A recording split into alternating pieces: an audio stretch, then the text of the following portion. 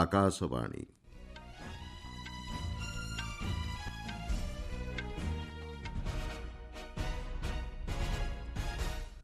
ସମ୍ବାଦ ପଢ଼ୁଛନ୍ତି ମଳୟ ରଞ୍ଜନ ମିଶ୍ର। ଭିନ୍ନକ୍ଷମ ସଶକ୍ତିକରଣ ଦିଗରେ ଉତ୍କର୍ଷ ପ୍ରତିପାଦନ କରିଥିବା ବ୍ୟକ୍ତିବିଶେଷ ଏବଂ ଅନୁଷ୍ଠାନକୁ ଆଜି ଜାତୀୟ ପୁରସ୍କାର ପ୍ରଦାନ କରିବେ ରାଷ୍ଟ୍ରପତି। ଚଣ୍ଡୀଗଡ଼ ଗସ୍ତରେ ଯାଇ ଆଜି ପ୍ରଧାନମନ୍ତ୍ରୀ ନୂତନ ଅପରାଧିକ ଆଇନର କାର୍ଯ୍ୟକାରିତା ନେଇ କରିବେ ସମୀକ୍ଷା। ବିହାରରେ ଗୋଷ୍ଠୀ ସ୍ୱାସ୍ଥ୍ୟ ଅଧିକାରୀ ପଦବୀ ପୂରଣ ପାଇଁ ହୋଇଥିବା ନିଯୁକ୍ତି ପରୀକ୍ଷା ବାତିଲ। ପାକିସ୍ତାନ ତେହରିକ୍ ଇନ୍ସାଫ ଦଳର ନେତାଙ୍କୁ ମିଶାଇ 93 ଜଣଙ୍କ ବିରୋଧରେ ଜାମିନ ବିହୀନ ଗିରଫ ପରୱାନା ଜାରି ଏବଂ ପୁରୁଷ ହକି ଜୁନିୟର ଏସିଆ କପ୍ ପ୍ରତିଯୋଗିତାର ସେମିଫାଇନାଲରେ ଆଜି ଭାରତ ମାଲେସିଆ ମୁକାବିଲା।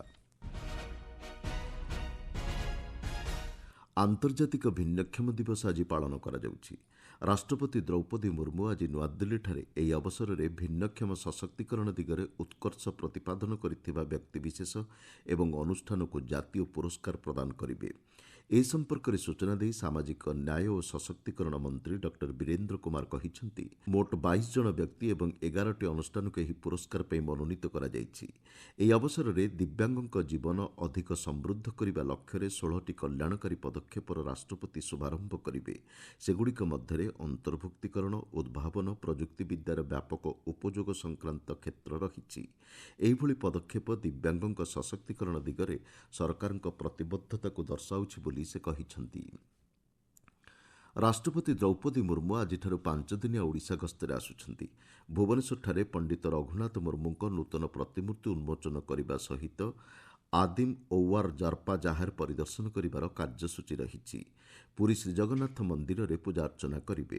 ଗୋପବନ୍ଧୁ ଆୟୁର୍ବେଦ ମହାବିଦ୍ୟାଳୟର 75ତମ ବାର୍ଷିକ ଉତ୍ସବରେ ରାଷ୍ଟ୍ରପତି ଯୋଗଦେବା ସହିତ ବ୍ଲୁ ଫ୍ଲାଗ ବିଚ୍ରେ ନୌସେନା ଦିବସ ପାଳନ କାର୍ଯ୍ୟକ୍ରମରେ ଯୋଗଦେବେ। ଭୁବନେଶ୍ୱରସ୍ଥିତ ଓଡ଼ିଶା କୃଷି ଓ ବୈଷୟିକ ବିଶ୍ୱବିଦ୍ୟାଳୟର 40ତମ ସମାବର୍ତ୍ତନ ଉତ୍ସବରେ ଆସନ୍ତା ଗୁରୁବାର ରାଷ୍ଟ୍ରପତି ଯୋଗଦେବେ। ଭୁବନେଶ୍ୱରରେ ନୂତନ ଜୁଡ଼ିସିଆଲ କୋର୍ଟ କୋଠାକୁ ରାଷ୍ଟ୍ରପତି ଉଦ୍ଘାଟନ କରିବାର କାର୍ଯ୍ୟସୂଚୀ ରହିଛି। ଏହି ଗସ୍ତ ଅବସରରେ ରାଷ୍ଟ୍ରପତି ରାଇରଙ୍ଗପୁରରେ ଛାତ୍ରଛାତ୍ରୀ, ଶିକ୍ଷକ ଏବଂ ଗ୍ରାମବାସୀଙ୍କ ସହ ମତ ବିନିମୟ କରିବେ। ବାଙ୍ଗିରିପୋଷି ଗୋରୁ ମହିଷାଣୀ, ବୁରାମରା ଚକୁଳିଆ ଏବଂ ବାଦାମପାହାଡ଼ କେନ୍ଦୁଝରଗଡ଼ ରେଳଲାଇନ୍, ଆଦିବାସୀ ଗବେଷଣା ଓ ବିକାଶ କେନ୍ଦ୍ର ଏବଂ ରାଇରଙ୍ଗପୁର ବିମାନ ବନ୍ଦର ଓ ଉପଖଣ୍ଡ ଚିକିତ୍ସାଳୟ ସମେତ ବିଭିନ୍ନ ପ୍ରକଳ୍ପର ଶିଳାନ୍ୟାସ କାର୍ଯ୍ୟକ୍ରମରେ ରାଷ୍ଟ୍ରପତି ଯୋଗଦେବେ। ପ୍ରଧାନମନ୍ତ୍ରୀ ନରେନ୍ଦ୍ର ମୋଦି ଆଜି ଚଣ୍ଡୀଗଡ଼ ଗସ୍ତରେ ଯିବେ। ଗତ ଜୁଲାଇ 1ରେ ଭାରତର ଅପରାଧିକ ନ୍ୟାୟିକ ବ୍ୟବସ୍ଥାକୁ ସୁସଂହତ କରିବା ଉଦ୍ଦେଶ୍ୟରେ କାର୍ଯ୍ୟକାରୀ ହୋଇଥିବା 3ଟି ନୂତନ ଅପରାଧିକ ଆଇନର କାର୍ଯ୍ୟକାରିତା ନେଇ ଶ୍ରୀ ମୋଦି ଏହି ଅବସରରେ ସମୀକ୍ଷା କରିବେ। ନୂତନ ଅପରାଧିକ ଆଇନଗୁଡ଼ିକର କାର୍ଯ୍ୟକାରିତା ଦିଗରେ ପୁଲିସ୍ ପକ୍ଷରୁ ଗ୍ରହଣ କରାଯାଇଥିବା ପଦକ୍ଷେପ ସମ୍ପର୍କରେ ପ୍ରଧାନମନ୍ତ୍ରୀଙ୍କୁ ଅବଗତ କରାଯିବ। ଏହି କାର୍ଯ୍ୟକ୍ରମର ବିଷୟବସ୍ତୁ ରହିଛି ସୁରକ୍ଷିତ ସମାଜ, ବିକଶିତ ଭାରତ, ଦଣ୍ଡରୁ ନ୍ୟାୟ ପର୍ଯ୍ୟନ୍ତ। ଏହି କାର୍ଯ୍ୟକ୍ରମରେ ସ୍ୱରାଷ୍ଟ୍ରମନ୍ତ୍ରୀ ଅମିତ ଶାହା ମଧ୍ୟ ଯୋଗଦେବେ। ପୁଞ୍ଜିନିବେଶ ଏବଂ ଅନ୍ୟାନ୍ୟ ଅର୍ଥନୈତିକ କ୍ଷେତ୍ରରେ ନିଷ୍ପତ୍ତି ପାଇଁ ଜାତୀୟ ନିରାପତ୍ତା ବ୍ୟବସ୍ଥା କାର୍ଯ୍ୟକାରୀ କରିବା ଉପରେ ବୈଦେଶିକ ବ୍ୟାପାର ମନ୍ତ୍ରୀ ଡକ୍ଟର ଏସ୍ ଜୟଶଙ୍କର ଗୁରୁତ୍ୱ ଦେଇଛନ୍ତି।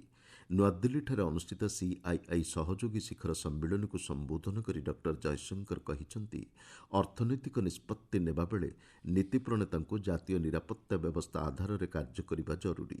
ସେ କହିଛନ୍ତି, ବୈଷୟିକ ବାଣିଜ୍ୟ ଏବଂ ଯୋଗାଣ ଶୃଙ୍ଖଳା ନୀତି ନିୟମ ପରିପ୍ରେକ୍ଷୀରେ ବାଣିଜ୍ୟ କାରବାର ସତର୍କତା ଅବଲମ୍ବନ ଗୁରୁତ୍ୱପୂର୍ଣ୍ଣ। ଅଭିବୃଦ୍ଧି ସୁନିଶ୍ଚିତ କରିବା ପାଇଁ ବିଶ୍ୱସ୍ତ ଅଂଶୀଦାରଙ୍କ ସହ ସହଯୋଗ ବୃଦ୍ଧି କରିବା ଉପରେ ଡକ୍ଟର ଜୟଶଙ୍କର ଗୁରୁତ୍ୱ ଦେଇଛନ୍ତି। ଡୋନାଲ୍ଡ ଟ୍ରମ୍ପଙ୍କ ଦ୍ୱିତୀୟ କାର୍ଯ୍ୟକାଳ ଅବସରରେ ଭାରତ ଉପରେ ଏହାର ପ୍ରଭାବ ସମ୍ପର୍କରେ ମତ ଉପସ୍ଥାପନ କରିବାକୁ ଯାଇ ଡକ୍ଟର ଜୟଶଙ୍କର କହିଛନ୍ତି, ସମୟ ସହିତ ତାଳ ଦେଇ ଆମେରିକା ଓ ଭାରତ ମଧ୍ୟରେ ରଣନୈତିକ ସହଯୋଗ ଅଧିକ ସୁଦୃଢ଼ ହୋଇପାରିଛି।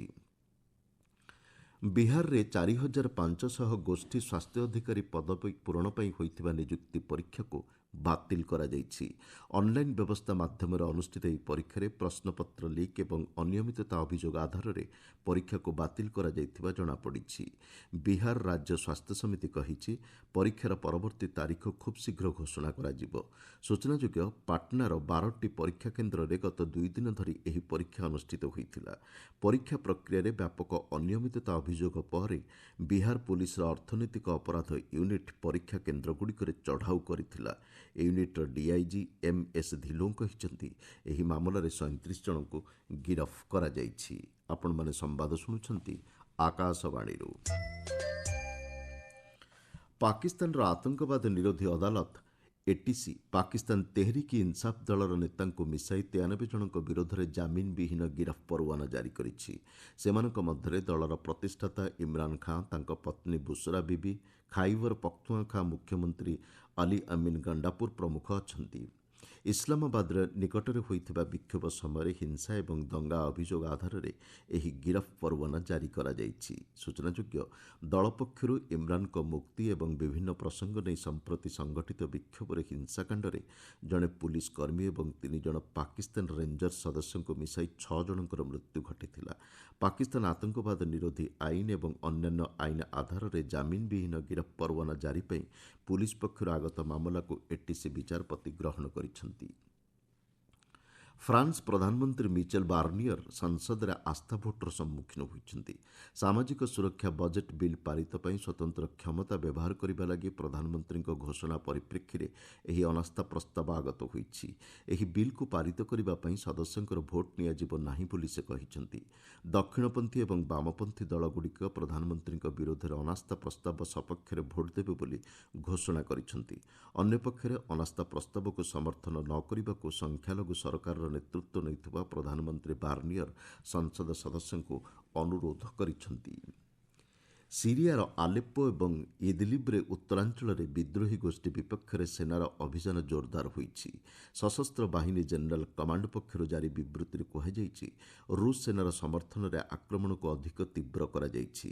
ଗତ 24 ଘଣ୍ଟା ମଧ୍ୟରେ 400ରୁ ଅଧିକ ଆତଙ୍କବାଦୀ ନିହତ ହୋଇଛନ୍ତି। ଆକାଶମାର୍ଗ ଏବଂ ସ୍ଥଳଭାଗ ଆକ୍ରମଣରେ ବିଦ୍ରୋହୀଙ୍କର 5ଟି କମାଣ୍ଡ ସେଣ୍ଟର ଏବଂ 7ଟି ଅସ୍ତ୍ରଶସ୍ତ୍ର ଭଣ୍ଡାର ଧ୍ୱଂସ ହୋଇଛି ବୋଲି ସିରିଆ ସେନା ପକ୍ଷରୁ ସୂଚନା ଦିଆଯାଇଛି। ବିଭିନ୍ନ ସହର ଏବଂ ଗାଁକୁ ନିଜ ନିୟନ୍ତ୍ରଣକୁ ନେଇଥିବା ବିଦ୍ରୋହୀ ଗୋଷ୍ଠୀର ଘୋଷଣାକୁ ସେନାବାହିନୀ ଖଣ୍ଡନ କରିବା ସହିତ ଏହା ଏକ ମିଥ୍ୟା ପ୍ରଚାର ବୋଲି କହିଛି। ଛତିଶଗଡ଼ରେ ମହାନଗର ନିଗମ ମେୟର ଏବଂ ସହରାଞ୍ଚଳ ନିଗମର ଅଧ୍ୟକ୍ଷଙ୍କୁ ସିଧାସଳଖ ମତଦାନ ବ୍ୟବସ୍ଥା ମାଧ୍ୟମରେ ନିର୍ବାଚନ କରାଯିବ। ମୁଖ୍ୟମନ୍ତ୍ରୀ ବିଷ୍ଣୁଦେବ ସାଏଙ୍କ ଅଧ୍ୟକ୍ଷତାରେ ଗତକାଲି ରାୟପୁରରେ ଅନୁଷ୍ଠିତ ରାଜ୍ୟ କ୍ୟାବିନେଟ୍ ବୈଠକରେ ଏହି ନିଷ୍ପତ୍ତି ନିଆଯାଇଛି। ପୂର୍ବରୁ ଏଥିପାଇଁ ପରୋକ୍ଷ ବ୍ୟବସ୍ଥା ରହିଥିଲା। କ୍ୟାବିନେଟ୍ ବୈଠକରେ ସହରାଞ୍ଚଳ ଏବଂ ତ୍ରିସ୍ତରୀୟ ପଞ୍ଚାୟତ ନିର୍ବାଚନରେ ଅନ୍ୟାନ୍ୟ ପଛୁଆବର୍ଗଙ୍କ ପାଇଁ 50% ପର୍ଯ୍ୟନ୍ତ ସଂରକ୍ଷଣ ବ୍ୟବସ୍ଥାକୁ ମଞ୍ଜୁରୀ ପ୍ରଦାନ କରାଯାଇଛି। ଅନ୍ୟାନ୍ୟ ପଛୁଆବର୍ଗ କଲ୍ୟାଣ ଆୟୋଗଙ୍କ ରିପୋର୍ଟ ଆଧାରରେ କ୍ୟାବିନେଟ୍ ଏହି ନିଷ୍ପତ୍ତି ନେଇଛି।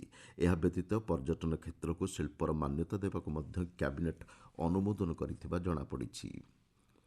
ଜାତୀୟ ସମର ଶିକ୍ଷାର୍ଥୀ ବାହିନୀ କ୍ୟାଡେଟ୍କୁ ପ୍ରଶିକ୍ଷଣ ଦେବା ପାଇଁ ପାଖାପାଖି 20 ଜଣ ପୂର୍ବତନ ସୈନିକଙ୍କୁ ନିୟୋଜିତ କରାଯିବ। ଏନ୍ସିସିର ମହାନିର୍ଦ୍ଦେଶକ ଲେଫ୍ଟନାଣ୍ଟ ଜେନେରାଲ ଗୁରବୀର ପାଲ ସିଂ ଆକାଶବାଣୀ ସମ୍ବାଦ ବିଭାଗକୁ ଦେଇଥିବା ଏକ ସାକ୍ଷାତକାରରେ କହିଛନ୍ତି, ଏନ୍ସିସି କ୍ୟାଡେଟ୍ମାନେ ଅତ୍ୟନ୍ତ ଉତ୍ସାହର ସହିତ ଅଗ୍ନିବୀର ଯୋଜନାରେ ଅଂଶଗ୍ରହଣ କରୁଛନ୍ତି। ସେନାରେ ଯୋଗ ଦେବାକୁ ଚାହୁଁଥିବା କ୍ୟାଡେଟ୍ମାନଙ୍କୁ ମଧ୍ୟ ଆବଶ୍ୟକତା ଅନୁଯାୟୀ ତାଲିମ ପ୍ରଦାନ କରାଯାଉଛି ବୋଲି ସେ କହିଛନ୍ତି। ପ୍ରଶିକ୍ଷଣ ସମୟରେ କ୍ୟାଡେଟ୍ମାନଙ୍କୁ ଅଭିନବ ତଥା ଗୁରୁତ୍ୱପୂର୍ଣ୍ଣ ଆହ୍ୱାନ ସମ୍ପର୍କରେ ଅବଗତ କରାଯାଇଥାଏ। ସେ କହିଛନ୍ତି, ଏନ୍ସିସି କ୍ୟାଡେଟ୍ମାନେ ପରିବେଶ ସୁରକ୍ଷାରେ ଅଂଶଗ୍ରହଣ କରୁଛନ୍ତି। ଦେଶର 428 ଲକ୍ଷ ହେକ୍ଟର ଜମିରେ ରବି ଫସଲ ଚାଷ କରାଯାଉଛି ବୋଲି ସରକାର ସୂଚନା ଦେଇଛନ୍ତି। କୃଷି ମନ୍ତ୍ରଣାଳୟ ଏକ ବିବୃତ୍ତିରେ କହିଛନ୍ତି, ଗତବର୍ଷ ଏହି ସମୟରେ 187.97 ଲକ୍ଷ ହେକ୍ଟର ଜମିରେ ଗହମ ଚାଷ ହୋଇଥିବା ବେଳେ ଚଳିତ ବର୍ଷ 200 ଲକ୍ଷ ହେକ୍ଟରରୁ ଅଧିକ ଜମିରେ ଗହମ ଚାଷ କରାଯାଉଛି। ପୁରୁଷ ହକି ଜୁନିୟର ଏସିଆ କପ୍ 2024 ପ୍ରତିଯୋଗିତାର ଆଜି ସେମିଫାଇନାଲରେ ପୂର୍ବଥରର ଚାମ୍ପିୟନ୍ ଭାରତ ମାଲେସିଆକୁ ଭେଟିବ। ଏହି ମ୍ୟାଚ୍ ଓମାନର ମାସ୍କଟ ହକି ଷ୍ଟାଡିୟମ୍ଠାରେ ଭାରତୀୟ ସମୟ ରାତି 8:30ଟାରେ ଆରମ୍ଭ ହେବ। ଅନ୍ୟପକ୍ଷରେ ଆଜି ଅନୁଷ୍ଠିତ ହେବାକୁ ଥିବା ଦ୍ୱିତୀୟ ସେମିଫାଇନାଲରେ ପାକିସ୍ତାନ ଏବଂ ଜାପାନ ମଧ୍ୟରେ ମୁକାବିଲା ହେବ। ଆସନ୍ତାକାଲି ଏହି ପ୍ରତିଯୋଗିତାର ଫାଇନାଲ୍ ମ୍ୟାଚ୍ ଖେଳାଯିବ। ମୁଖ୍ୟ ସମ୍ବାଦଗୁଡ଼ିକ ପୁଣି ଥରେ। ଭିନ୍ନକ୍ଷମ ସଶକ୍ତିକରଣ ଦିଗରେ ଉତ୍କର୍ଷ ପ୍ରତିପାଦନ କରିଥିବା ବ୍ୟକ୍ତିବିଶେଷ ଏବଂ ଅନୁଷ୍ଠାନକୁ ଆଜି ଜାତୀୟ ପୁରସ୍କାର ପ୍ରଦାନ କରିବେ ରାଷ୍ଟ୍ରପତି। ଚଣ୍ଡିଗଡ଼ ଗସ୍ତରେ ଯାଇ ଆଜି ପ୍ରଧାନମନ୍ତ୍ରୀ ନୂତନ ଅପରାଧିକ ଆଇନର କାର୍ଯ୍ୟକାରିତା ନେଇ କରିବେ ସମୀକ୍ଷା। ବିହାରରେ ଗୋଷ୍ଠୀ ସ୍ୱାସ୍ଥ୍ୟ ଅଧିକାରୀ ପଦବୀ ପୂରଣ ପାଇଁ ହୋଇଥିବା ନିଯୁକ୍ତି ପରୀକ୍ଷା ବାତିଲ ଏବଂ ପୁରୁଷ ହକି ଜୁନିୟର ଏସିଆ କପ୍ ପ୍ରତିଯୋଗିତାର ସେମିଫାଇନାଲରେ ଆଜି ଭାରତ ମାଲେସିଆ ମୁକାବିଲା। ସମ୍ବାଦ ଶେଷ ହେଲା। ଅଧିକ ସମ୍ବାଦ ପାଇଁ ଆପଣମାନେ newsonair.gov.in ୱେବସାଇଟ୍ ଏବଂ ନ୍ୟୁଜ୍ ଅନ୍ ଏଆଇଆର୍ ଆପ୍ରେ ଲଗ୍ଇନ୍ କରିପାରିବେ।